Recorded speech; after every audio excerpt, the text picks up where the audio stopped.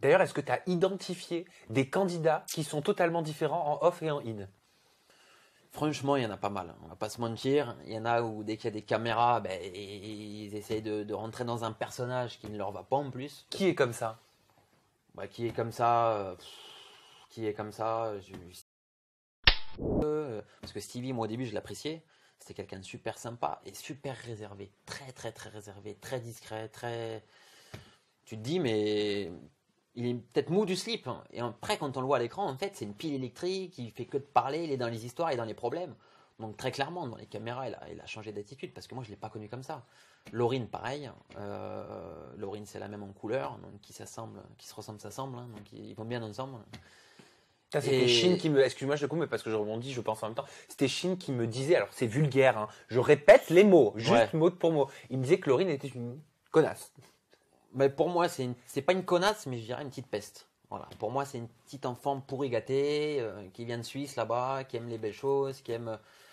Je la sens pas. Ouais, mais est-ce que ça fait d'elle une connasse, comme il dit Chine? Est-ce que ça fait d'elle quelqu'un de pas bien? Après, Chine, lui, quand il dit connasse, lui, voilà, ça signifie pas la même chose que nous. Oui, j'ai cru comprendre que connasse, chez lui, ça peut être amical, lui. Voilà, c'était comme salut, quoi. C'est comme salut. Hein. Voilà. Chine, il faut faire attention aussi à Chine, ce qu'il dit, il est marrant, quand tu le connais, après, voilà.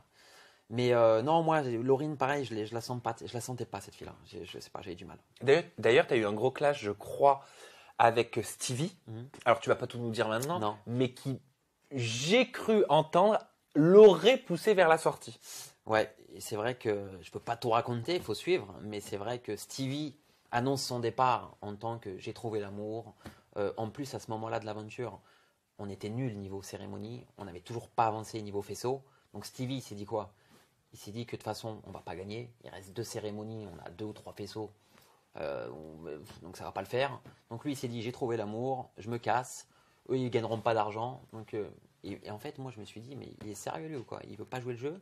Il veut se barrer avant parce qu'il a trouvé sa nana. Donc il est prêt à nous foutre dans la merde, à ne pas trouver les matchs avec nous. Je lui ai dit, ça va pas se passer comme ça. Moi, j'ai chopé Stevie. Il était avec Laurine. Je lui ai dit, écoute, et je lui ai mis un coup de pression, mais monumental.